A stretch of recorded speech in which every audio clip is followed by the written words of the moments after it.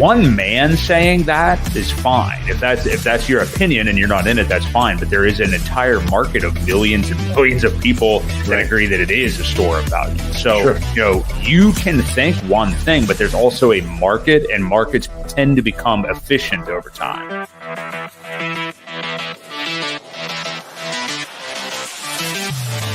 We do know that you will always get paid in HEX on a daily basis. And that is truly the miracle that we call HEX, because it is trustless interest, trustless yield. Nothing will stop that contract from running.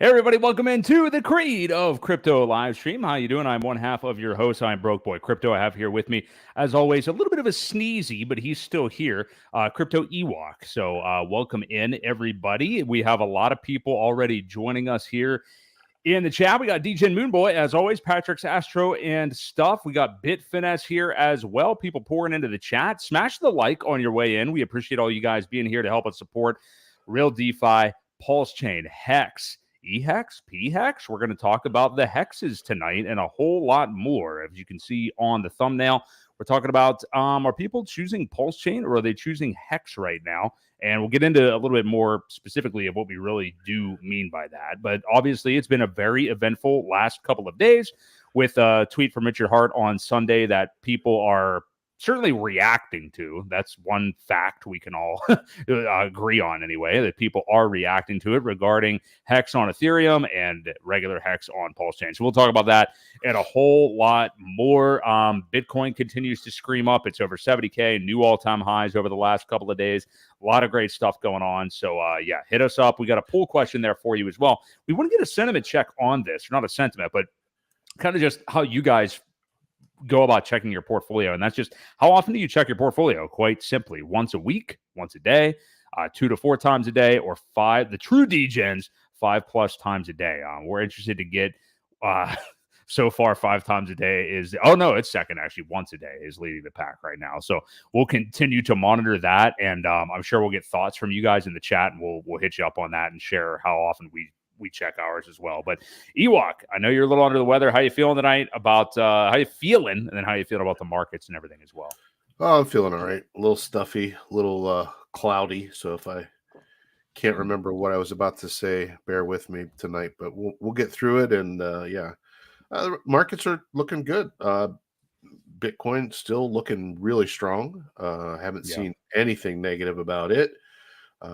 We'll take that positive compared to some of the other negatives we have and kind of balance things out a little bit. But yeah, as Bitfinesse said, growing pains, it's part of it. And, I've seen a lot of things that will probably, hopefully, be forgotten about in 3 or 6 months. And we'll be on to a new drama, a new issue, or whatever it might be. So, roll with the punches. And, if you believe in things, nothing's changed. Nothing's changed with any of the code.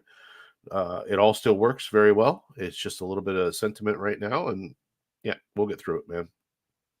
Yeah, for sure. And we definitely have a lot of thoughts on the conversation over the hexes and everything like that we're going to get into here momentarily. First off, let's just start off real quick with BTC and ETH, just looking at kind of where the rest of the market is. BTC, as I mentioned a moment ago, is, almost pushing up into 72K again, which is just crazy. It was already there the other day, but hovering right around new all-time highs. I was talking to somebody that's not really all that into crypto the other day about this and saying, all I'll tell you is, like, for BTC to be at an all-time high in the first half of March, not a lot of people expected it, and they're liars if they say that they were. We've got ETH sitting right there at about 4K still. It is starting to get up there a little bit higher, which is something that will specifically intrigue our ecosystem, I think, and a lot of altcoins a little bit more. But yeah, what do you make of it, Ewok? I mean, just relentless bullishness for BTC. Every time it seems like we're going to have a pullback, like earlier today. We saw one earlier today. I think it went down to 68K or so, but we're still hanging out there. So yeah, what do you make of this? It just will not let up right now. Yeah, it's just not. And we said it behind the scenes there. I said everything I see just looks strong. I don't see any weaknesses. We get a run up, we get one pullback, and it gets eaten alive. And then you get another couple run ups, one pullback, eaten alive. So everything's just looking super strong with both. Obviously these two are tied together very, very closely. So when one moves, the other one usually kind of follows suit. But yeah, it's just everything, the RSI, the moving averages, it's all just so bullish right now that we keep asking ourselves, when's the bottom going to fall out? You're usually there is a pullback before the halving, and the closer we get, and staying this strong just really makes me wonder if this cycle is going to be different. But as I said, it doesn't appear that way right now. Yeah, there's a lot of people adapting what their previous notions were about BTC this cycle. Like Bob Lucas, who Hex hater, loves to hate on Hex for the engagement, but good with the 4-year cycles, and he has been talking more and more about this looking like we may get a blow off top. He's also been talking about an increased likelihood of a left translated cycle. I don't know how much those two things can coexist necessarily. So I think a blow off top we would probably be thinking more like in 2025. But yeah, but he was intimating like a 200K BTC today. So, and somebody else we're very aware of was tweeting about that also pretty recently. So man, yeah, it's just insane that we keep seeing this. It's cool that we're getting, it freaks me out a little bit because it's almost like things are getting a little bit too bullish too quickly. And I'm calling a duck a duck. I mean, our stuff hasn't pumped anywhere near like we thought that it would with with Bitcoin, with Ethereum, where they're at right now. That said, I think that time is definitely going to come. Obviously, I think it's going to be just a little bit differently correlated purposefully.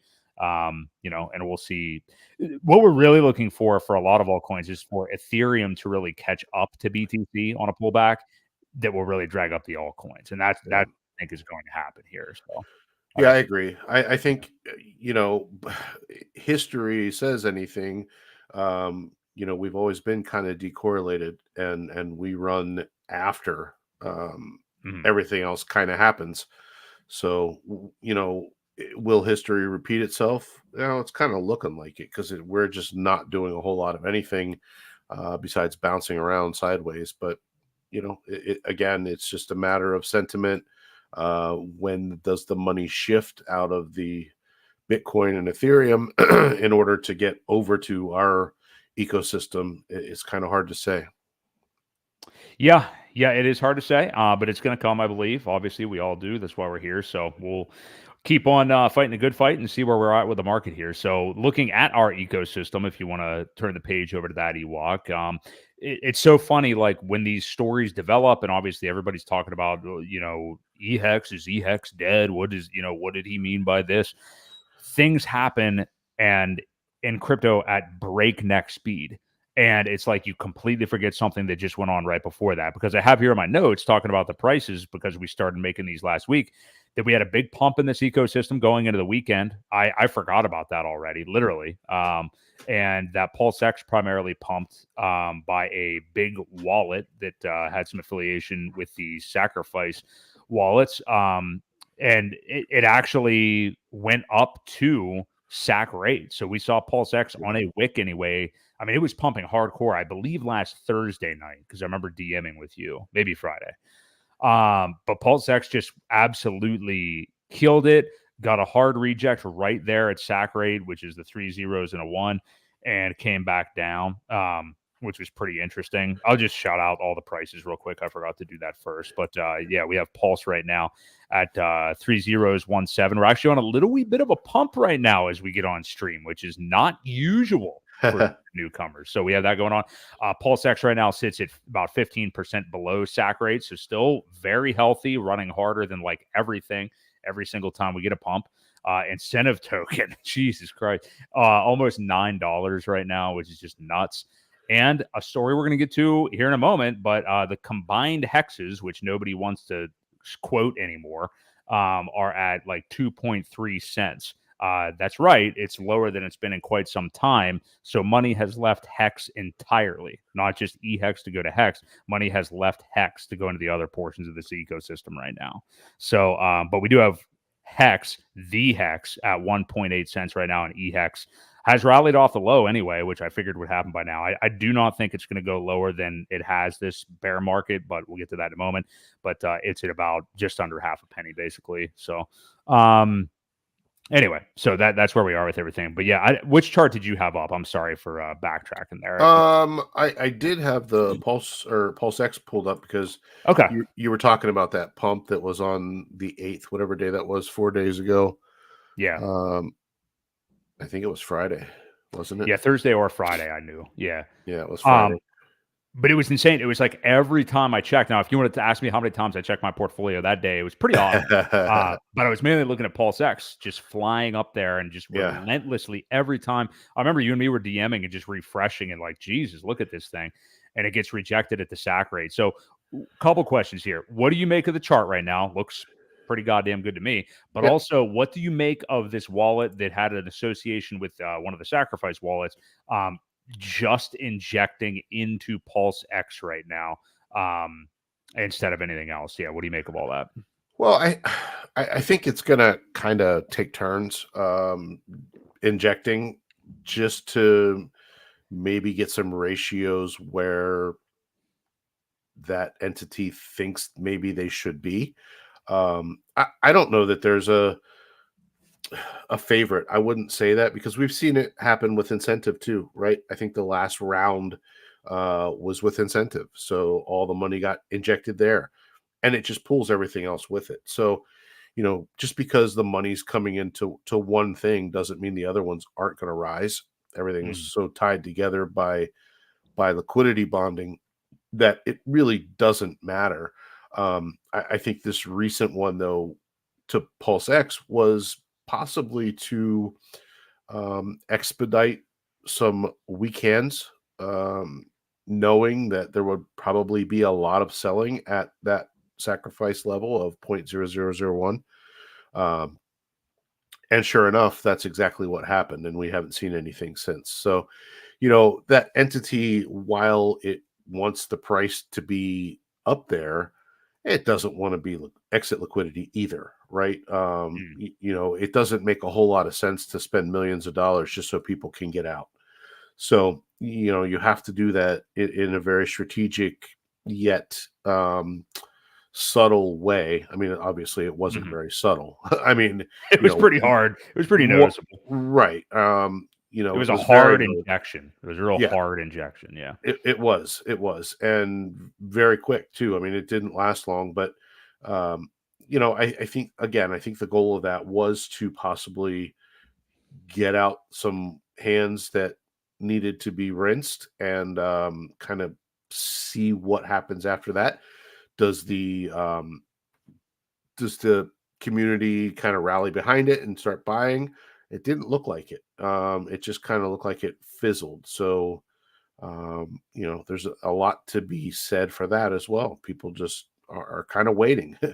and I hope that doesn't happen. I hope they're not just waiting for one entity to buy. We have to have some onboarding as well, or it's just going to be short-lived. Every pump, there's going to be a massive dump. It just doesn't, it's not sustainable that way. So.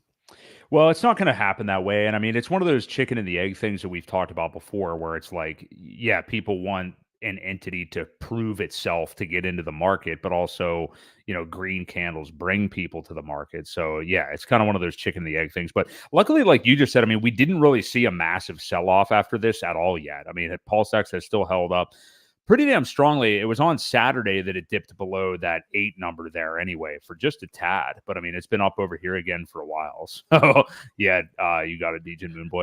But yeah, I mean, it's just looking really healthy right now. And we saw that ratio of Pulse to PulseX get the whole way down to 2 to 1. or 1 to 2, however you would want to say it, Yeah.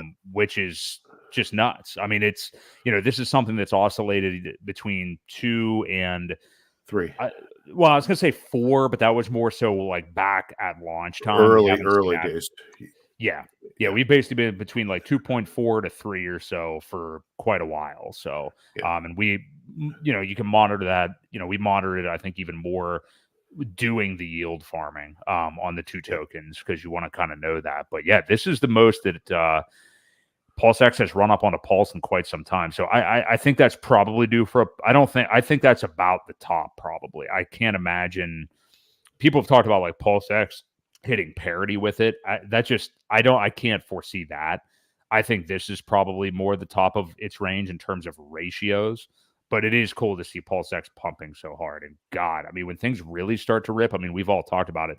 PulseX is probably going to be the thing, maybe Inc too, that just runs like hell in this bull market. So Yep, could very well. Yeah. I don't see that. I don't see that ratio getting too far out of whack. You have to remember there were 3 times the amount of sacrificers that got into PulseX, and I believe it was at least 2.5 to 3 times the amount of capital raised as well. So I mean that says a lot for how they should play out and how they should kind of even at. So yeah. I hear you. I don't know that I think we're going to end up pulling up a couple of other charts as we talk about this other stuff. So let's not worry about any other charts for the moment, because I think we're probably going to bring some more up based on what we're talking about here. But if you guys are here and enjoying the show so far, do us a favor, hit the like. We appreciate it. Support Real DeFi, help us support the channel. Let's do a quick check-in on this poll question. How often right now are you checking your crypto portfolio, whether that be on Go Pulse or whatever apparatus you use for that?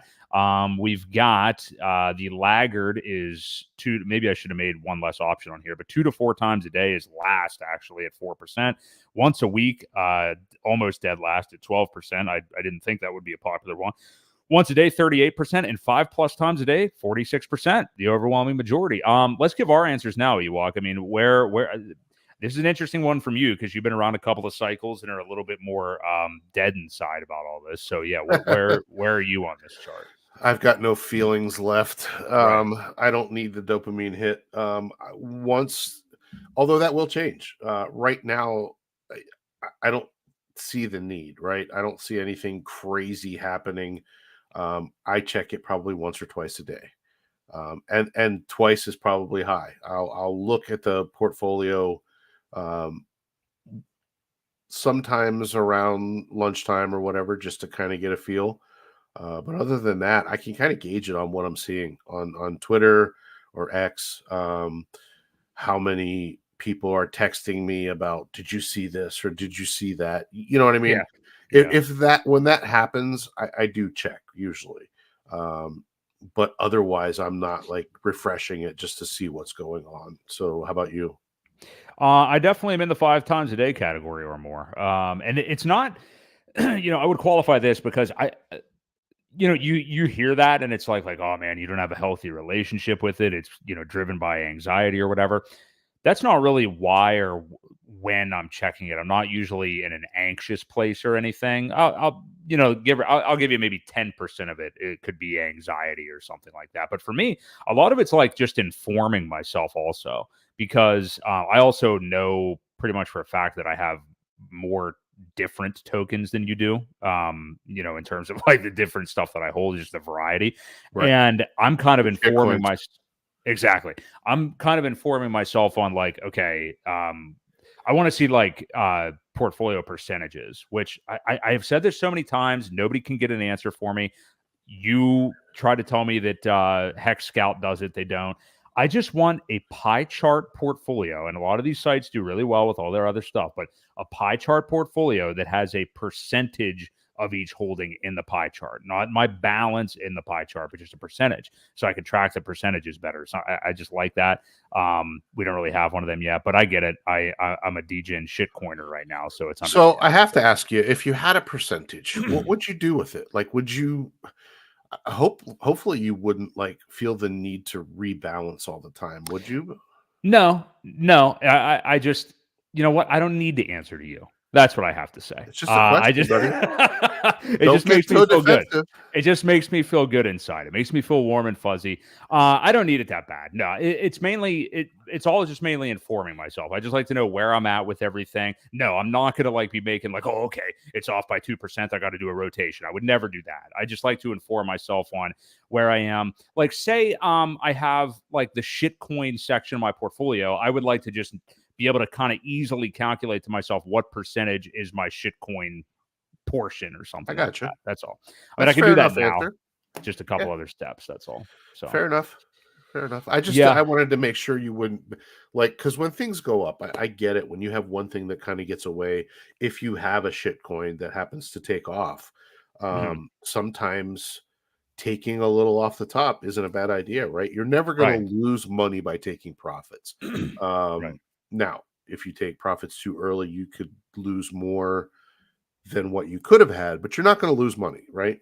So sometimes it is kind of, I just wondered what your thought was about trying to rebalance some of those to keep it to, Yeah. a set Well, amount. certainly when shit coins pump, I mean, you want to have a plan in place of like, if this is not something I have conviction in long term, when am I going to take it out and put it back into Pulse or PulseX or something that I really care about? I'll say Hex too, sorry. But when are you going to do that? You want to have that plan. I just like to see a pie chart with percentages. That's I just hear me you. though. But yeah, I probably check it five. I know I check it more than 5 times a day, depending on the day. If it's a weekend Yeah, and I'm out doing stuff like family stuff, I'm not, sure.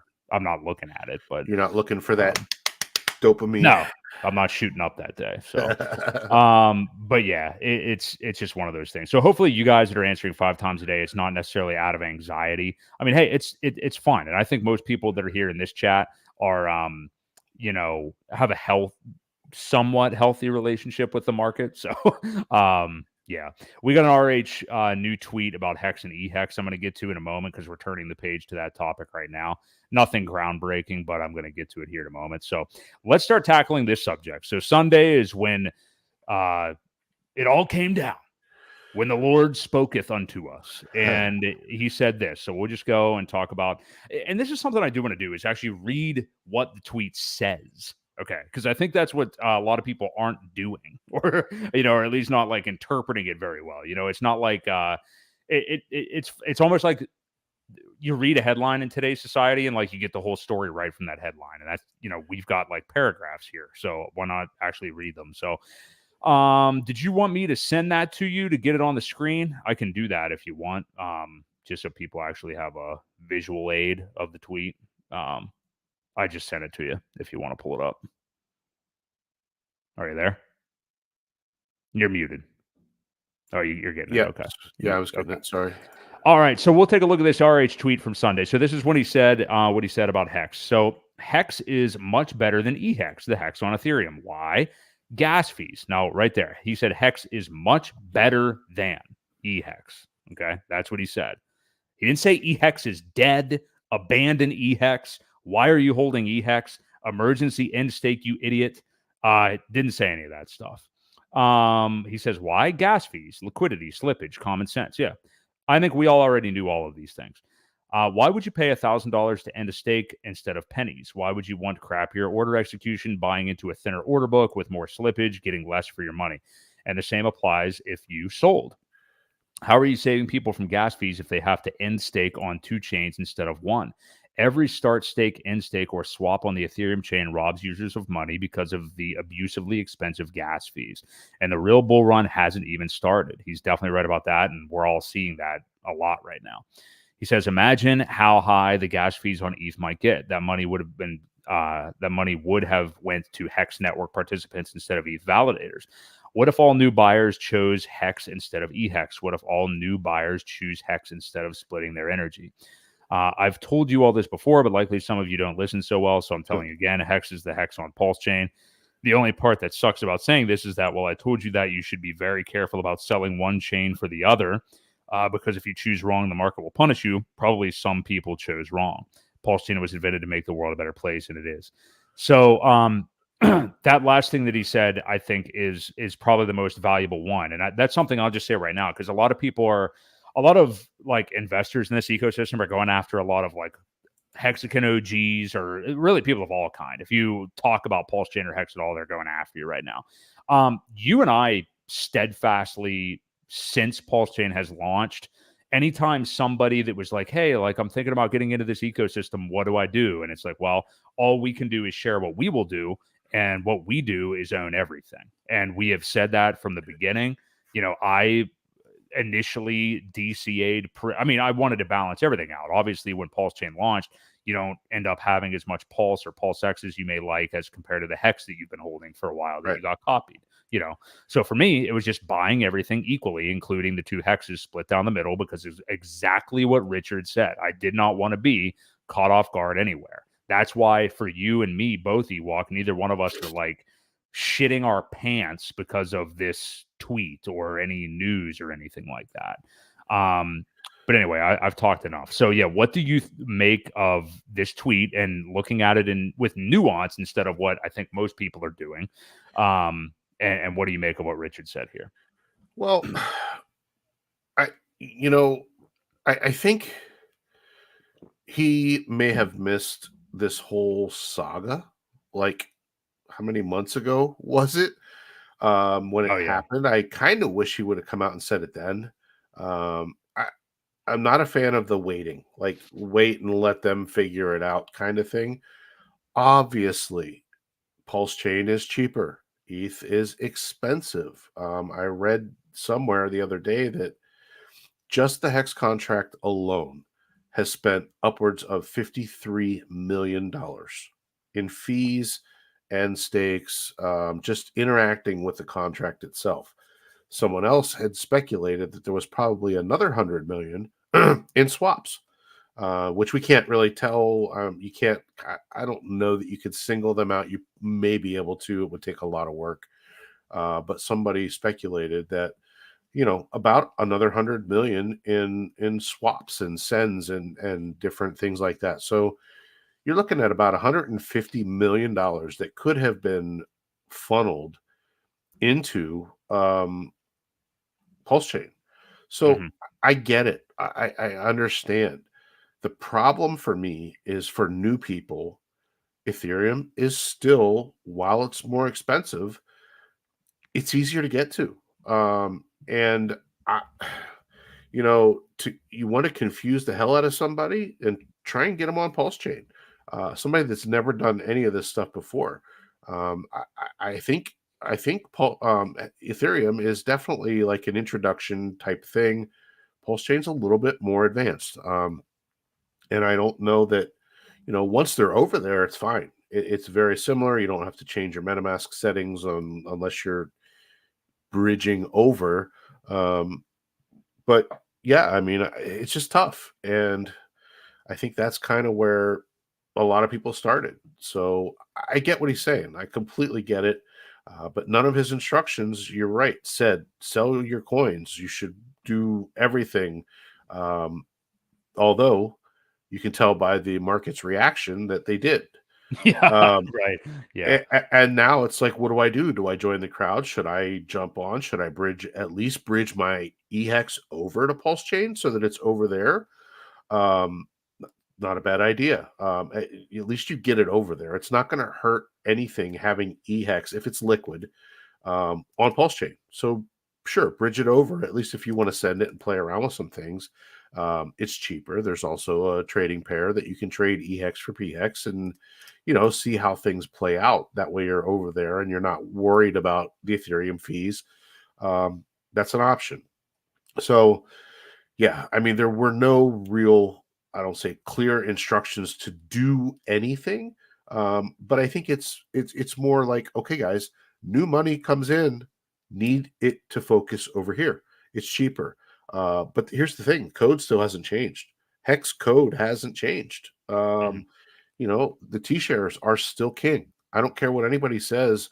You and I were talking about this a little earlier about, man, staking is it's not something I'm sure I want to do. For me, I still think the T-shares are what makes Hex what Hex is. Without staking, I think Hex is just another token. There's really, other than the OA, which every other coin has, there's nothing different about it. Staking is what Richard has even said he believes is Nobel Prize worthy. Is it? Well, I don't know. I mean, show me something that's gotten people to lock stuff up for that long, and you can't really do it. So I still say T shares are king. Will the eHEX side eventually even out? Well, I mean, even out. I don't see parity anymore. Definitely don't see that happening. And I don't mean to interrupt you, but let me interrupt you real quick. Go ahead. I don't think we did we think that anyway before this. I mean, like, I think the No. writing was kind of on the wall that people were like starting to accept, like, if there's $1.80 or something combined hex, it may be like $1.20 hex and the 60-cent eHEX or something. You know what I Right. mean? Right. Yeah. Sorry, I had to blow my Sorry. nose. Oh, go ahead. But no, I don't know. Even a 2-to-1 ratio, I didn't think it would get that far out of whack. I really didn't. And had he not said anything, I don't know that it would have. I think it would have stayed fairly close. You're still going to have the people that say, well, we said this was better all along. This is what you should have been doing. Mhm. Well, that's like me telling you what you should do with your money. And Right. we frown upon that, right? I don't like to tell anybody what to do with their money. If they want to sell, they can sell. So, what difference is it between me saying, well, you shouldn't sell, all the OGs are selling, or what's the difference of saying, well, they're all over there, they're not doing it the way they should be doing it? Well, who's to say? Obviously, like I said, Richard's saying which is the better network, which one's cheaper, which one's more efficient. Why was PulseChain invented in the first place? Well, because ETH got out of control. And none of us want to pay these fees. I have a stake that still hasn't ended from a week and a half ago because I'm waiting for gas. I refuse to pay too much to unstake it right now. So, yeah, it sucks, and it sucks for everybody. But here we are once again. Yeah, I pretty much agree with all your points. I mean, yeah, I'm still interested in both, and I mean, I understand that some people are like totally scared off of eHEX now, but I mean, again, nowhere in there did he didn't even say, he literally said hex is better than eHEX. Yeah, couldn't agree more. Yes, I do agree with you. I've agreed with that the entire time. That doesn't mean there is not a case for eHEX existing and not having a chart that looks like it's totally just died. You know what right. I mean? Which, people obviously have to buy for that not to happen, but or hold or lock up tokens and stuff like that. But that is a big thing. Like, regardless, if you think about like outsiders in crypto that are looking at it. Now, I understand. I mean, like, if you can't be dumb in crypto and ignore stuff, and yeah, you should have already been aware of PulseChain, and that's where the opportunity we really feel is in this bull cycle. But there's a lot of people who know Richard Hart, associate him with Hex, know that there was a hex token on Ethereum, and that's what they know. Now, yes, they need to do their due diligence because they're missing an even better opportunity right now, staring them in the face for this bull cycle. But it's not helpful if the guy's original creation appears to have died. Yeah, and he's not. I'm not saying that is on. I'm not blaming Richard or saying that that's what he wants in any way. I'm not saying that. But PHEX maxi people are like people that have been talking about like, heck, you need to embrace hex, you need to forget about the old one and not worry about eHEX. I mean, like, you do not want that to look like a dead project. Bad People are already optics. calling it a meme now. You know what I mean? Yeah, it's bad optics. Yeah. But I'm interested in buying it right now, and I'm not telling anybody else to. And I don't mean buying it with like buying eHEX. I'm saying I'm not, and I don't mean with like huge capital or anything like that. But I'm definitely interested in throwing some bullets into it because I think that it's already hit its lows. I'd be willing to be wrong, but it pretty much came back and found support and just barely touched the low that it had previously in this bear market. I'm not saying I'm staking it necessarily or anything like that, but I am interested in it as a play in this cycle still. I mean, I just don't think that, FUD around it is going to get any worse than it is right now. And I think people are having a multi-day irrational response, and this is going to be forgotten about. And you can't tell me that when this ecosystem starts to pump that it's not going to too. I know it's going to. Yeah, it will. Yeah. It will. And, we still have the Bank X thing. I think if the Yeah. Bank X wall wasn't there, this would be a whole completely different conversation. I really do. Go on.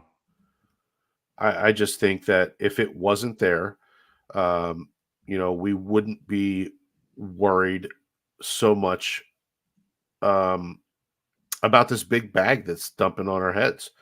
Mhm. I think it could move a lot easier with other things. I think even just a small bit, I mean, because we already know there's liquidity pairs out there. I don't think they've pulled them from PHUX. I don't think they've taken those down. Um, they're still there as far as I know. I should have probably checked before I said that, but there was a 50-50 eHEX pHEX pair over on that side. So, Yeah. um, it's just, yeah, I think that's the besides Richard's support, um, that's the gray cloud over our heads right now is that Bank X wall. Well, I'm glad you brought that up because that was the other point. Like initially, and it's funny because again, we're so far removed from this originally happening now, but initially, I think I said this to you immediately. I was thinking like, how much of this has to do with BankX? Like, is this a psyop? About what's going on with BankX? Which, for anybody that doesn't know what we're talking about, there, BankX is just an entity that has I never say what their plan is correctly, but some kind of silver algorithmic stablecoin Right. that I don't even know anything about. But essentially, they got an egregious amount of money from the Hex God Whale, apparently, in their Right. sacrifice phase that they're holding. And luckily, bullishly, they did show their hand and they just recently put up a sell wall, basically between, I think it was like 1.2 up to almost 3 cents 3.5. of just eHEX. And at first, with this statement by Richard, I was like, how much of this is like to psych out Bank X? And it's like, hey, good luck selling now, because now they're caught with their pants down. I can't imagine that they're happy about this, you Yep. know. So yeah, what do you make of that? I'm walking that back now. I'm not here saying that like, oh yeah, that's all this was. He didn't mean it for any other reason. I was just something I thought of first off and could just be a nice maybe side effect of this. I don't know. Well, I kind of hope so too. I hope they dump. Hang on, Oh yeah, go ahead. having a little sneezing fit here. So, Sorry. um, I kind of hoped it was the same. I was hoping it would make them want to just dump, get rid of it, be done, be gone, and we could move on. I think what would have happened was it would have recovered pretty quickly, had that been the original intention. But sorry, I thought I was going to sneeze again. It's all good. Um, but it didn't. They didn't. It's still there. We'll see how patient they are. It's not over. Obviously, Right. this is still days old. If it doesn't move anywhere close to it, I could still see them exiting and just taking what they can get at this point and saying, "Wash our hands of it, be done," and walk away. So that I Yeah. still hope it happens. I kind of do. Yeah. Oh, I think so too. Yeah, we definitely want them to get out. I just can't imagine, it just is very unwise to capitulate with everybody else who just did. Emergency end staking and all these things just based off this tweet, which is really the most ridiculous thing of all, I think. Ewok, I just went ahead and DM'd you his Richard's follow-up tweet from Sunday. I wanted to take a quick look at that as well. And there's actually a response that got a lot of attention from Toby One underneath it that I think kind of represents the I don't want to say dissenting opinion, but the any opinion that could be dissenting basically against what Richard had tweeted here. What I think Toby kind of summed it up. So we'll take a look at that too. It's going to be the first comment to the tweet that I just sent you. So he followed it up that day with, guys, I'm trying to make the world a better place. I'm trying to get the Ethereum fees down. Moving load from ETH to PulseChain achieves that. Onboard's not getting murdered by slippage in and out is also nice. On PulseChain, you can get 1.5% slippage for 100K eHEX buy. And in the best case, there's an example of using an aggregator to get more hex for your dollars on ETH. It uses $272 of gas to get you 12% slippage, which is better than not using one, which gets you 23% slippage. You get beat up the other direction as well if you sold. Besides you owning some, why would you suggest somebody buy eHEX over hex? So again, he's saying one's better than the other. He's saying, why would you suggest somebody buy eHEX over hex? I can't necessarily argue too much with that, but I want to, if you scroll down, I want you to see Toby's response. It's the first comment under here because is that, I can't see, I'm trying to see your screen. Yeah, right there. You got it. Yeah. So this is interesting because I think Toby kind of represented the other side of this. So he said, I hear you and I get it, but you're playing a dangerous game. Obviously, for all the reasons you stated, pHEX is the better option. And again, I think everybody agrees with that. But for those less concerned about gas, larger players that have more confidence in ETH as they've never heard of PulseChain until I've told them personally, something that we referenced a minute ago, they're simply more comfortable on Ethereum for better or worse. And these same people generally are more inclined to buy and hold liquid eHEX as it's the original hex that we literally made a movie about, and it's on the #2 blockchain in the world. Eventually, I'm able to get most to learn and participate on PulseChain, but the first experience is often eHEX. But with the chart being so easily wrecked by a tweet, and I mean, I get what he's saying, wrecked by a tweet. It wasn't really the tweet. It was all the idiots who Sure. sold. And the subsequent flood of people running from the one you, according to them, have disowned. It just takes away from a stepping stone that did eventually often lead to PulseChain. Here's an example of a small onboard that I gifted $100 each of all 5 of your tokens to last week. There's a picture down there. Basically, eHEX is dead and everything else looks good. Many other bigger onboards wanted to try eHEX first and see. Those that got in recently are wrecked now and not interested in learning more. I mean, I don't know about all that. If somebody just bought all of them and one of the 5 bags fell, it's like, well, that's why we bought all 5. You know what I mean? Like Right. that's kind of what I would say. And that's why, credit to Toby, if he's onboarding people and telling them to buy all of them, that's the right thing to do. That's exactly what I would have done. Yep. So I have a couple points I want to get to there. Like, who does this really hurt the most, I guess, and we'll get to in a moment. But what do you make of that follow-up tweet from Richard, though, and Toby's response? I'm sure you have some feelings because, you're very similar to Toby. I mean, like, you were kind of around at that time, too, and are a HEX OG. So what do you make of that? Well, yeah, I mean, I get it. And it's very similar to what I said earlier. People that are comfortable with Ethereum chain, that's what they're comfortable with. You kind of got to, it's like the pool floaties, before they can take them off, it's Yeah. like you got to get them with what they're comfortable with. And until it's time to take the training wheels off, um, you know, make them kind of learn it. Obviously, we want the same thing. Anybody that I've onboarded or told anything, I'm like, you got to get some of that too. Get some Pulse, get some PulseX, dip a little incentive, but you want a little bit of each just to kind of protect yourself because you don't know which one's going to do better. I mean, obviously, I think we're all going to do pretty good, but yeah, it's just hard to get people to play in a playground that they're not familiar with. And the people that have money don't care about fees. The problem is the little guys. Obviously, if somebody's only going to put $100, $200 in, you want to direct them to PulseChain because you would get nothing with $200 at this point. On the Ethereum chain, you're going to lose everything in fees, and you're not going to have anything anyway. So there's no point in it. So that's kind of where I stand. I mean, I agree with Toby's point. Obviously, Hex is still Hex, though. The movie was made. Was it about Richard? Was it about Hex? Was it about what was it? What was it really about? It was a documentary about the whole kind of ecosystem. And the end did talk about PulseChain. So, I don't know. I get both sides. Again, Richard never said sell your stuff. So, Right. the whales are going to be whales. And that's kind of why I still see eHEX hanging out okay. People still want yield. T-shares are still T-shares. Those guys don't really care about gas fees. There are other options too. There's perpetuals that you don't have to pay an end stake fee if you get into those. So there are solutions out there. And yes, we know PulseChain is better. We're not arguing that at all. Just kind of stating the obvious of why people do what they do and why they're reacting the way they are. Yes, I agree. And I wanted to ask you this. And this is maybe like a weighty question. Maybe it's dramatic. I don't want to sound like a concern troll or something like this, but I want to ask you: do you think that Richard?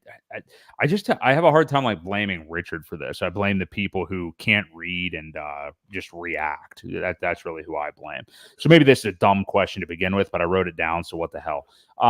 Has RH inadvertently really hurt the HEX long-term narrative here? Because again, I said this at the top of the show, people can pretend whatever they want to about what's happened since that tweet. It has not been an eHEX sell-off into HEX. Okay, that has not happened here. Maybe here and there. Either way, not necessarily a great trade right now. But it's been a sell-off of HEX, period. Both HEXs into Pulse and PulseX. That's what we've seen. I mean, Pulse and PulseX have come up since then, especially PulseX. The bigger thing is that HEX has gone down. As we sit here right now, it's actually gone down even more a little bit just during our show here at about 2.2 cents. So what do you make of that? I mean, I didn't pay attention to everybody to what I said. I said, is he inadvertently hurt HEX long term, the long term narrative here by saying that? I didn't say that it's dead or anything. So yeah. Like I said, 3 months, people are going to forget. That's kind of how it works. We'll be on to the latest and greatest drama or whatever that is. And, we got to remember that Twitter, X, whatever you want to call it, it's toxic. And people can spend way too much time in there, and they should probably really get outside and feel the grass between their toes and breathe a little bit of fresh air. Yeah, I don't think he's hurt long term. I think what could happen, though, people are going to see kind of what we dealt with the very first cycle with a lot of the FUD, right? Because the optics, because of the chart that looks wrecked beyond belief right now. That's when all the Bitcoiners and all the Eric Walls and all those guys start to talk their shit and say, I told you, see, it was, we knew it was a scam. It's finally crashing down. And meanwhile, we've got everything over here, kind of thing. So people will experience that a little bit. Thanks a lot, Randy. We appreciate it. Yeah, appreciate it, pal. And, I think they're going to witness that a little bit. They're going to see what we kind of dealt with the first cycle because that chart is definitely going to be wrecked for a little bit. Is what it is. So, but no, long term, no, it's going to be fine. People are going to forget this happened. The stakers will keep staking. The liquid people will still be liquid. Right. I don't think that is going to change a whole lot.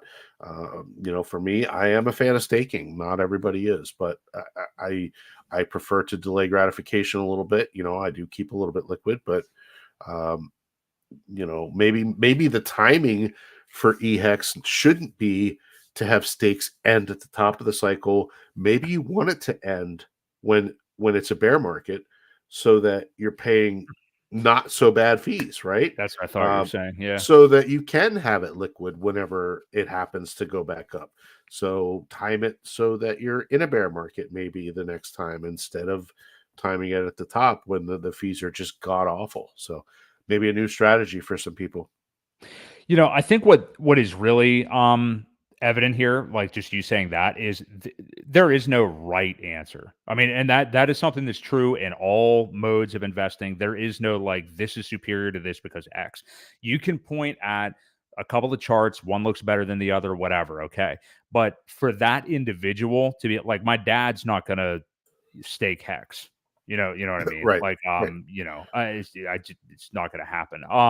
But he may have a 60-40 S&P 500 portfolio or something like that, and that's how he'll be able to sleep. And no amount of like arm twisting, convincing, just casual talk, whatever, may be able to change that. And that goes for like different modes of crypto as well. There's people out there, like I was watching Corey and Dane the other day. They're pretty much full bore, like, hey, PulseX, yeah, we hold HEX, but we don't care about staking or anything. They'll go as far as to say we never should have listened to anybody that told us to do 5, 5, 5, 5 stakes and blah, blah, blah. Some people will say that. Ewok, you're of a totally different type. There are people that are like you, Johnny Chaos, Randy in the chat, like Hex OGs that, I've heard Randy talk about like get 100 T-shares or whatever. Like there are people that want to do that in addition to their other investments and stuff. Everybody just has a different view on how they want to handle it. And who am I? Who are you? Who's anybody really to tell them right or wrong? And that's what we're seeing here. Like I'm seeing these like battles. I don't even want to call it that, but like these back and forths on Twitter, which I'm not saying are like not needed. I think it's inspiring. It's good that we have this kind of polarization. I think it shows that there is an ecosystem here. Yeah. But I saw like Matty Allen, a favorite of many, and Sami going back and forth, and I don't know how much vitriol there was. I mean, Matty called him a liar about something, and this is public. I'm just saying, but and Sami showed receipts of something, and I don't know. I only saw a couple different exchanges, but what I'm realizing is like these guys are not the same. Like Sami is not like day one Hexagon. I worship the ground Richard Hart walks on. Everything he preaches is what I will do. Hail Richard Hart and 15-year stakes. Like he's not that. He's that's actually why I like him. He's an outside observer that kind of independently comes to this ecosystem a little bit. Matty, is somebody who is there since the beginning and does arguably more for the ecosystem and, the notoriety, the publication of it than anybody there is. I think you could count him, maybe there's 3 people like him, Crypto Coffee, and I don't know. I don't want to insult anybody, but I mean, with what Matty does for outreach is insane. Sami doesn't do that at all. He just makes his own videos. So people are just different, and you don't have to like fit the square peg into the round hole or whatever, with everybody else. Like do whatever you want to do, Well, maybe that's a good thing, man. Maybe that's what we need. Maybe we need, I mean, as long as it's still a united front, people can do what they want. And as much as I hate to say it, we always say, I don't want to tell you what to do with your money. Well, there you go. Mm-hmm. This is a prime example of let people be who they are.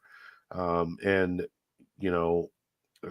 it could upset Richard, but again, it's not Richard's money either. So I don't know. I don't know what there is no right answer really. It is what is right for you is right for you, and it's not right for the next guy. And that's what we have to remember, as we make our way through this journey.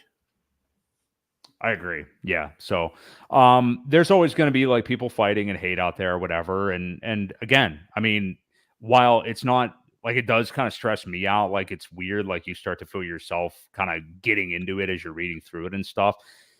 Just remember that, again, I think that polarization is kind of healthy for an ecosystem, but you don't have to necessarily participate in it. But we're all largely united here. Like you zoom out, I mean, we're all united on this front and, wishing for good things. And I think are going to get really good things here in this bull market. So did you have any last thoughts on that one? I wanted to bring up what Alex McWhirter actually said about all this, but go ahead. Well, let's just answer DGen Moonboy's question here real quick. Will a pHEX run drag up eHEX? It will a little bit, but at this point, a lot of the liquidity between the two has been pulled. Like there isn't a lot on PulseX, I don't think. The only one that I know of that has it is the FUX protocol and maybe 9mm. I'm not sure exactly. So it's not going to drag it. Like they're not tied together. They're not bonded. I mean, we're down to what, a 4-to-1 ratio now, I believe.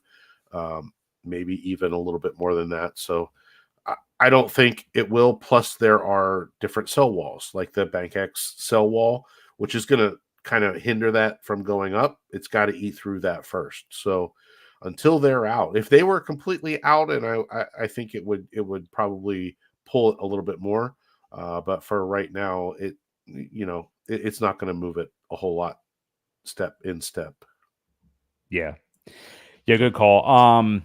Let's take a look at this tweet from Alex McWhirter and his thoughts on this in a moment. But I just want to say, hey, we've got a big chat tonight. We really appreciate all you guys. Randy Hilarski, thank you for the super chat. Appreciate what you do for the ecosystem, and all you guys are very active tonight. So do us a favor, smash the like to support Real DeFi, help support the channel. We really appreciate all you guys and all your thoughts here. So Alex McWhirter, creator of Hedron, Icosa, maybe the two best things that have been built on top of HEX, arguably anyway, and somebody who has been hard at work on some kind of a system, ironically enough, to combine Icosa and Hedron and do Icosa Hedron, where you'd essentially turn in, if you wish, all of your copies of both tokens on either chain, Ethereum and PulseChain, to whatever this new contract is that he's working on. That will then give you the new United token. Apparently has also been working on, and this would change a hell of a lot of things. But you mentioned bridging eHEX to PulseChain earlier, Ewok, but Alex has also been working on mechanisms to be able to stake eHEX on PulseChain, which, I mean, that helps a lot of things right there. So I'm really interested in his thoughts, as he is somebody that's big in this ecosystem. Guys like him, Dipcatcher, I had a couple other people in mind I'm forgetting right now, but people who have built stuff on both chains, with the idea that we wanted to grow on both the chains. So Alex said, eHEX is a foot in the door. It's the thing that is most known with the easiest access to the most people. Are we to be an island? Instead of questioning A is worse than B, why buy A? Should we not be saying, hey, you have some A. Did you know you can bring it over in your sandbox and gain benefits from X, Y, and Z? Why not give A some niche utility in the new sandbox, entice the transition? eHEX and HEX are not the same thing, never will be. It's okay for that to be the case. One may perform better than the other. I think we all know which one has the better properties. But to lose the former is to lose a foot in the door. It's the most PulseChain accessible thing, not on PulseChain. Perhaps if we saw major Pulse liquidity across the bridge, that would be different, but we don't. It doesn't make any sense to do that, and I don't think anyone will majorly support doing it. Regardless of price, eHEX is still that thing. It can suck comparatively in many ways, and that can create different use strategies for it. Again, it's not the same thing, but losing it creates a much more remote island than having it. So I continue to find its existence as a valid thing. It should be enticed by the majority, bridged away from its native chain. In that case, it's no different than an ink of sorts. Anyone can add utility to it if they wish. The only real argument for its demise is perhaps there are some people with large bags. We don't want having large bags, Bank X type people. So as devs, we simply must make whatever utility we form around it primarily benefit the superior blockchain. My 2 cents anyways. So, TLDR, eHEX should exist. eHEX mining should be replaced or superseded by better utility on PulseChain than Ethereum. So what do you think? I mean, like, this is a guy who's been building to try to combine these two things, or at least make it easier to access, like his tokens that he's built on top of HEX anyway. I like his sentiment here. I totally agree with him. It's a foot in the door. It's the closest thing to PulseChain on the other side of the island. I agree with him 100%. And again, I know he's not like arguing with Richard here, I don't think, obviously. No. But Richard didn't say kill eHEX. He said that HEX is better than eHEX. So Sure. I think what Alex is doing is reacting to the people that heard something that wasn't said by anyone here. But yeah, what do you make of what Alex Well, said? and that's what we're saying too, right? I mean, we're saying the same thing. We agree that it's better, but we don't want to kill it. I don't think Richard does either. I don't think he wants to kill it either. Obviously, we know it's better on PulseChain. Alex has something in the works where he's probably put a lot of time and energy into it. He doesn't want to see it go away. Kind of defeats the purpose of that too, because Hedron and Icosa all tie into the E side of things, where it's going to create this symbiotic type thing where one kind of equals the other. In Ethereum and PulseChain, which probably won't happen now with HEX. So I don't know if maybe that whole thing has kind of ruined it, because it's going to be hard to make Hedron on Ethereum equal Hedron on PulseChain, because of the backing of the T-shares and things like that. That's why Hedron is kind of derivative play on HEX. Will it throw that whole thing out of whack? And as a developer and somebody that's put a lot of time and effort into it, I could totally see why that tweet probably put him back, right? Probably was like, Yeah. holy shit, now what, Right. right? Because I want one of these, or thought maybe we could have something to make one side equal the other, this and that. So I can see why he's all out of sorts with this, and he brings up a lot of good points. A lot of the points that we brought up earlier. I don't, for some reason, I don't remember seeing that particular tweet. I read some of the other ones where he originally had stated, well, maybe now I shouldn't do this, and then I think he thought about it a little bit and then came out with this one, but I didn't read it the whole way through for some reason. I don't know why, but yeah, it's a lot of the points that we made earlier. Yeah. Sorry, Richard just tweeting more about this stuff in the background. You guys will have to check it out whenever you're done. He's basically at this point just kind of mocking people for being critical of him, stating that Hex on PulseChain is better than eHEX. I think what he is maybe ignoring purposely is that most people, I don't know, people are acting like eHEX is dead. I mean, they're not acting like they're not interpreting what he said correctly, but whatever. I'm trying to live react to a tweet right now that's kind of hard to do on air. So anyway, you guys can check that out. It's in all caps. But I want to answer what Philly just said right here. If you held or bought eHEX last summer into the fall, how can you sell now? Makes no sense after buying eHEX at 0.3 of a penny or less. We are still up. Huh. Totally agree. I totally agree. And something that and it's even encouraging too that we already saw it kind of tap off that support, even though Hex is now falling even further, as Richard continues to tweet here tonight. Well, I was going to say this earlier. Who do you think? And when I say this, all I'm referring to is the 74% dip in a day, just based off of the tweet the other day. But who do you think is really, like, quote unquote, hurt the most by this fall of eHEX temporarily here? I don't know. What do you have? Oh, is that the GIF that Richard put? I thought you had some creepy ass. I don't know what you had on the screen there. That's Richard's tweet. Okay, I was like, who the fuck is this girl? But who was really? Yeah, I don't know. She freaking you out a little bit? Yeah, it just looked like some kind of spooky. I don't know what was going on. Like some like AI a fembot. Looked like a fembot from Austin Powers. Yeah. But people, so like, and I know this isn't what you're saying, Philly, but like for people that were like primarily only DCing into eHEX all this time, I don't know who that is. I can't imagine it's very many people. There are people out there like tweeting as if like that's what they did. And again, my kids' college funds and all this. Look, the amount of money that you have in any pocket of crypto, if you want to deem it your kids' college funds for dramatic effect, as opposed to like, money for beer on the weekends or whatever, that's fine. But what do you think about people that are like heavily DCing eHEX all this time? Because I don't know anybody that was doing that, like, as if it was like their biggest bag they were DCing to. I do. Okay. Well, I was gonna say who. I guess you're not going to divulge that. But I don't understand that, just like I don't understand anybody that I will say this, I understand it way more, but anybody that just bought Pulse, because you missed opportunities, I think, with PulseX being beaten and dead on the floor. You know what I mean? So I don't understand anybody buying one thing in an ecosystem where things are liquidity bonded. But I agree with you, Philly. Yeah. I mean, why would you be selling it right now, especially when we just saw support off that level? Sure. Liberty brings up a good point here too. So you want to read that one? Yeah, just joined. It would be foolish to abandon eHEX as ETH gets an ETF, becomes a household name, is in pensions, 401ks. Hundreds of millions of people start exploring the ETH ecosystem, especially if fees drop. All great points. And, Richard Hart is a guy who is obviously extremely bullish on Ethereum, on the ETH ETF right now. So, yes, I totally agree. And that's the thing.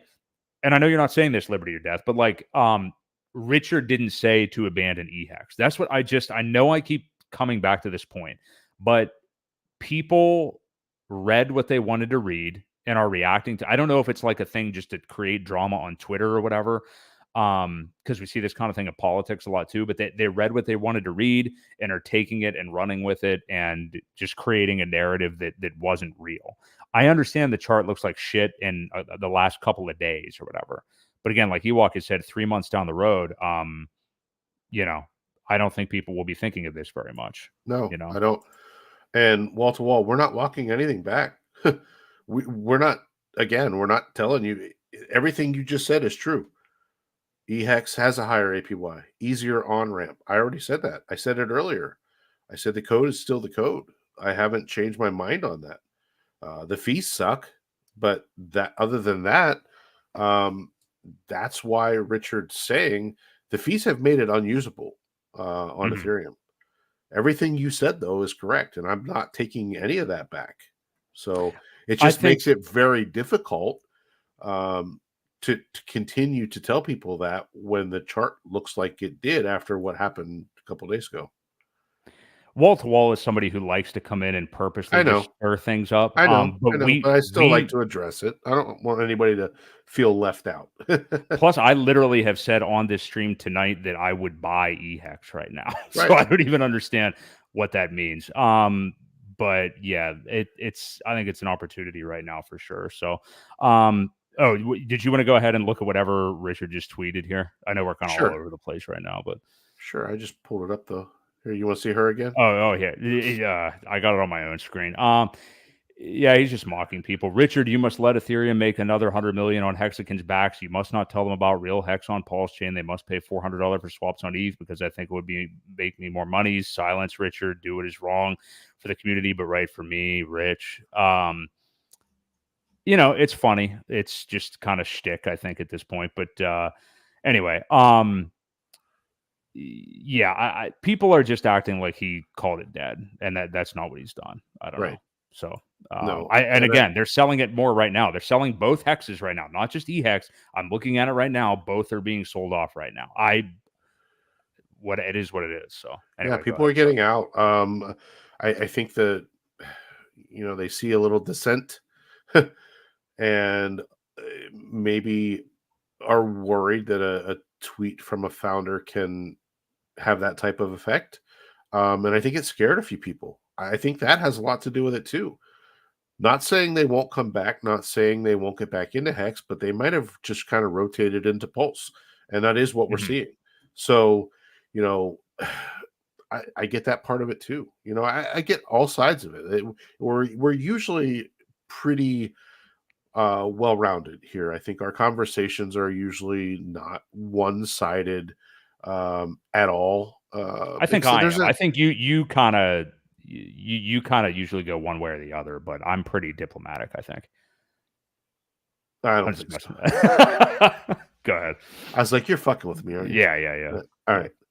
But no, that's all I was really getting at is, we like to take both sides of things. I don't again, it's kind of like it'll all blow over. It'll all blow over in 3-6 months. We'll be talking about something else, and we'll look back on it and laugh. Remember that candle? Oh yeah, that's kind of what it'll be. Well, just think about how you referenced it earlier in tonight's show, but we talked about last June with the month of Furu Finance when he was going on and on about like PHEX, not eHEX. That was all going on last summer, like a month after PulseChain launched, and that just became a meme eventually and funny and stuff. And Furu kind of like even went away, I think, for a while then. But yeah, until just recently when he came back to say I was right. Yeah. He's got to be a signal of some type. I don't know what it is, but yeah. Let's wrap up with this. I mean, we honestly have many other things we could go to, but I know you're a little under the weather and we've really attacked a lot tonight. But one other thing that Richard did announce on Sunday, which is interesting, is that the Pulse bridge fee is coming back officially for all chains other than Ethereum. And just the way that he said it, and I think he tweeted about it a couple of times and even had kind of a sneaky like, oh, I wonder why that is. Why could that be? Wow, it looks like it's not there for people coming from Ethereum. So what do you make of that? Because, a lot of people that may be watching this right now, the times that they've bridged to PulseChain in the last, 6 months, or it's been a good while now that we haven't had a PulseChain fee, which was 0.03% or whatever. Yeah.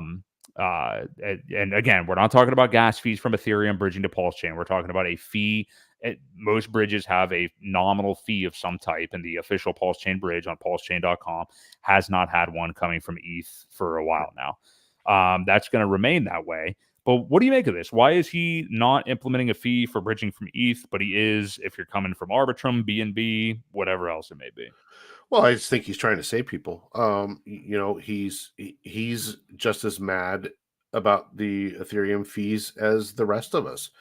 He was one of the big proponents of Ethereum when he could have originally launched Hex on Solana or BNB or whatever chain it was.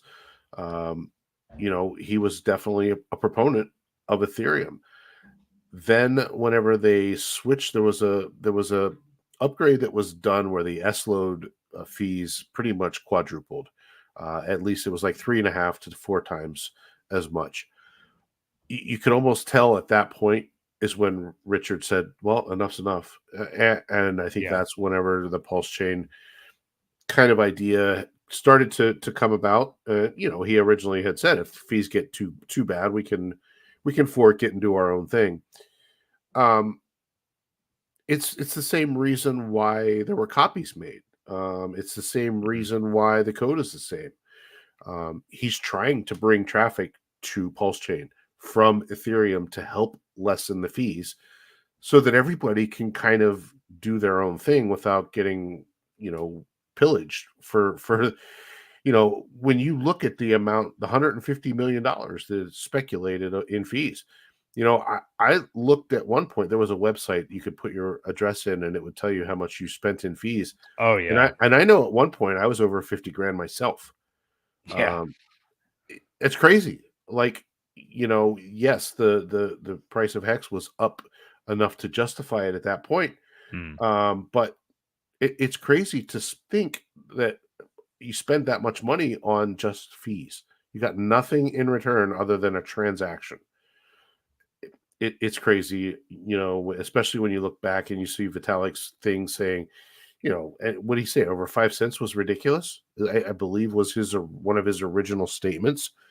But yet they haven't done anything to fix it. Obviously the validators are making money. We know that. They got to do something. And someone said, I saw the other day, so here's an interesting thing. If PulseChain gets as busy as we want it, won't the fees be just as high? And I don't think so. I think there are ways to control it. And I think Richard would probably keep it cheap. There's ways to not increase the S load. There's ways to mitigate some of the fees. Now, if it does 10,000x, I don't know. I don't know the logistics of setting up the fees or how they're calculated. I'm sure there are calculations that are done though, to what you charge and what can be charged, and in turn, what the validators do make. So I'm just very curious as to how that could be mitigated if we do get as busy as Ethereum one day. Well, one thing is for sure is Richard. I don't know if you want to say he's like a more visible guy than Vitalik. I mean, he certainly is more of a kind of like bootstrap, talk about his own ecosystem guy than Vitalik. Ethereum's kind of become like many people don't even know who Vitalik is, but they know what Ethereum is. But Rich is kind of more associated with the stuff that he's created, and I think has more of an incentive to make the stuff he created work well because of that. I don't know how much Vitalik really cares about that. Like Vitalik has capitulated to the point of putting out literal roadmaps for Ethereum, which sounds like expectation creating. This is something really interesting I did hear Sami say the other day with Richard being, bullish on the ETH ETF. The fact that Vitalik has literally put out a roadmap of what's to come, what you can expect from Ethereum in coming months and years. And there's about to be an Ethereum ETF. So the SEC can't do anything. It's not going to do anything to Ethereum, which could check boxes of being a security. So make of that what you will, Yep. Nikola Hexla, what do you think of this, Ewok? Could this, Richard's tweets and stuff, could this be part of the 50-week shakeout, a big surprise to really eliminate the weak I don't look at it that way. I don't know. No. What do you make of that? Are you talking about the eHEX I comments? think that's what Nikola Hexla means by that. I think that's what they're referring to.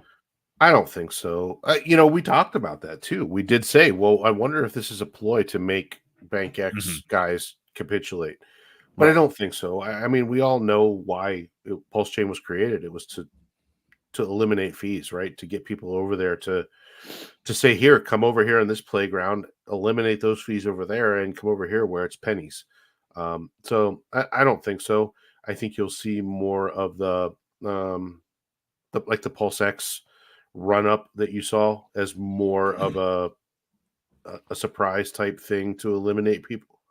I don't think this is. I don't, in my opinion, I don't think this was part of that. Would be a hell of a play. It'd be a one crazy chess move if they do sell, and he says something like, "Huh, I did that so that they would get out," and then if he pumps it back up and makes parity, I think that would be hilarious. Hmm. I don't see that happening, but I think it would be pretty funny if it did. Yeah. Yeah, that would be very interesting for sure. Well, man, I think we had a great show tonight. I mean, I figured that we would primarily just be talking about this topic because there are Yeah. so many angles to it. And that'll leave us a lot of great stuff for next week. And God knows what the hell's going to happen between now and next week. But before I do prematurely wrap it up, is there anything else you did want to touch on, Ewok, before we go? I don't think so, man. My brain's kind of still foggy. I'm not sure. I think we hit on everything except we could probably cover my little pDAI thing if you want me to, I don't know, man. I think we want to really. I mean, that's going to be a segment, you so I think? don't know. I don't have a whole lot to say about it. I Okay, mean, let's go ahead. yeah, Let's. you can lead it in if you want. Well, I was going to try to find. I think I bookmarked your tweet whenever you did it. So, obviously, you guys know what pDAI is. Here it is. I'll just send you your tweet to share it. But, you know, pDAI is obviously the copy of DAI, the stable coin from Ethereum on PulseChain. It's done well, pumped since last summer, mainly by B Roots, has talked about it a lot, obviously, on his show. It's part of the Atropa ecosystem, which has Teddy Bear in it, as well as a lot of other tokens that I can't even remember all of. But essentially, and it's actually really cool. I mean, I will say this: like on CoinGecko, they literally label pDAI in I think it's CoinGecko. They label it in the asset class of speculative stable coin, which is a new idea. That's not something that's been out there before. But a lot of people have speculated heavily and are firmly believing that Richard Hart is behind this and that, pDAI is going to be his stable coin and he's tied to it and all these things. But yeah, go ahead and give what your thoughts were on it, Ewok. Well, I'll read my post first, and then we'll go from there. I said, sorry to tell you that if RH decides to make a stable coin, it's not going to be pDAI. Many of you have proven that you can't be trusted with a big bag of anything and not dump it. The fact that some of you have billions is already the reason it won't happen. So, yeah, that was my take on it. And, the reason I said that was because I think so. One of the things okay, first, let me clear that one thing up. pDAI to $1. I never said that couldn't happen. Because I know how crazy run-ups are and can happen in a bull market. I've seen it before. Um, I'm more against the whole thing becoming a stable coin, and I really don't think it would ever peg. Mm-hmm. You couldn't peg it to $1. The reason you couldn't peg it to $1 is because so many people own so much of it, and they didn't buy it for $1. When you don't buy something for $1, you don't value it as $1. You value it as what you bought it at, and you're getting a great deal if you can sell it higher, right? So I think that has a lot of importance to this whole pegging to $1. Um, I don't think it can. Plus, like I said, many people have huge bags of it. I don't see any one entity putting in enough. Uh, First of all, to get it to $1, but then to keep it there as well. It would take so much backing that was be pretty much off-sided. You know what I mean? You would need thousands of dollars to just tie it to one to balance it out because it's so offsides. So that Mhm. was more my statement. I know Richard has talked before about creating his own stable coin. I've seen some arguments out there that why would he do that while there's still an ongoing SEC case? Well, that's possible. You know, we may have to wait till that's over before any of that comes to play.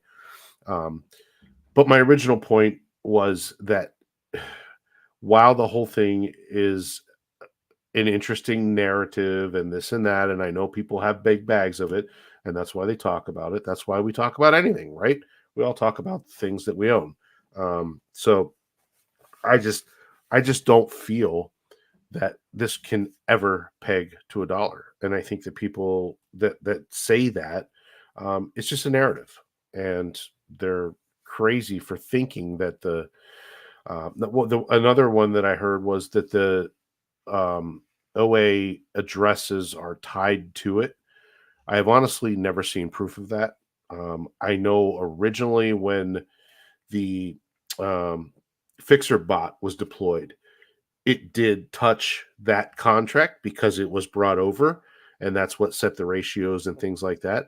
The only time that I've seen any proof of the contract or the OA addresses touching that part of it was that.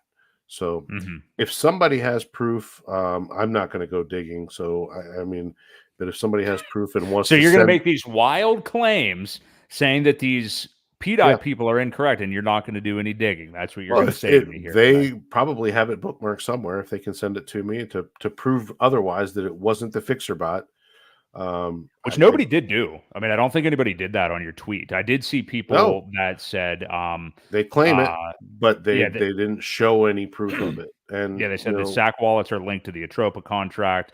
Um, yeah, but I didn't see like any proof of anything. So I don't know. It may very well be there. I mean, you could show me something that's compelling evidence. I still likely won't believe it. You know what I yeah, mean? Like I still likely won't believe that RH has any involvement with it. I don't believe it. That said, just like you, I totally agree with you. Could it go to a dollar? Definitely. I, yeah, never would discount, and that's why I hold some. Like, full disclosure, like I want to see that happen. I think that would be awesome. But that's kind of where my analysis ends. I don't necessarily think that Richard has anything to do with it, but I think it's cool. I have yep, Teddy Bear, I have pDAI, I have a Tropa even. So, yeah, we'll see. There's passionate people behind it. They're intrigued by it. They want to see yeah, it happen. That's enough for me. yeah. Hey, like I said, I've seen crazy things. I've seen Pepe run up. I've seen Shiba run up. I know what these things can do. Um, I just don't. I just don't think it will ever peg to a dollar. You got too many people that own too much of it. And if he's going to do a stable coin, it's going to start from a stable where you pay a dollar for it. You know, then people value it at a dollar. It's a lot easier to peg something when you start it at a dollar, easier to run the bots that arbitrage it between 0.99 cents and, Mhm. $1 and 0.001 or whatever. There are bots that do it when it's this far offsides. It's just so hard, and I don't think there's really, I don't know, I don't think there's enough capital to do it. That's all. There's a lot of Yeah. money out there, but I think it will be used for plenty other interesting things. Yeah. I understand that. Cool. Well, glad we got that out there. If you don't know pDAI, maybe you're lost, but if Yeah, you do, let's root for a dollar together anyway. Would be very yeah. cool. I don't even need a dollar for it to be beneficial. It's really so. Hey, I'll root for you. I'll root for you. Yeah. I just won't buy any. Yeah. All right. Well, you're lost. Yeah, Anyway, we want to thank all you guys for being here tonight. This is a great stream, really active chat. I loved getting all you guys' thoughts on some of these Richard tweets and the ecosystem the last couple of days.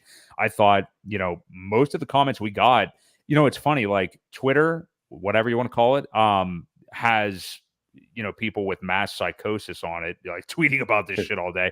These yeah, YouTube comments have been very measured, and I don't know if that's the audience that we've cultivated or just that YouTube is, a better platform for that. But the people that are here and have been here every week, and new people we've seen here have been awesome tonight. So, yeah. Our yeah, our chat has just really exploded lately. People becoming really active and I want to say thank you as well. I appreciate the involvement that everybody's been, giving in. Again, thanks again to Randy for throwing the super chat. We appreciate him as well. Yeah. Just a awesome community that we've got, and a lot of loyal people. So thank you again. And it sounds like Randy's live on his channel or was about to be here soon, so you guys can hop on over to there. I know Matty Allen's streaming, I think, as well tonight, so check out all that stuff as well. But we will be back. We will be back. We're here every Tuesday night at 8 p.m. Eastern Standard Time. So thank you all again. For my co-host, Crypto Ewok, this has been Broke Boy Crypto, and we'll catch you guys right here next week on the Creed of Crypto live stream. See you guys.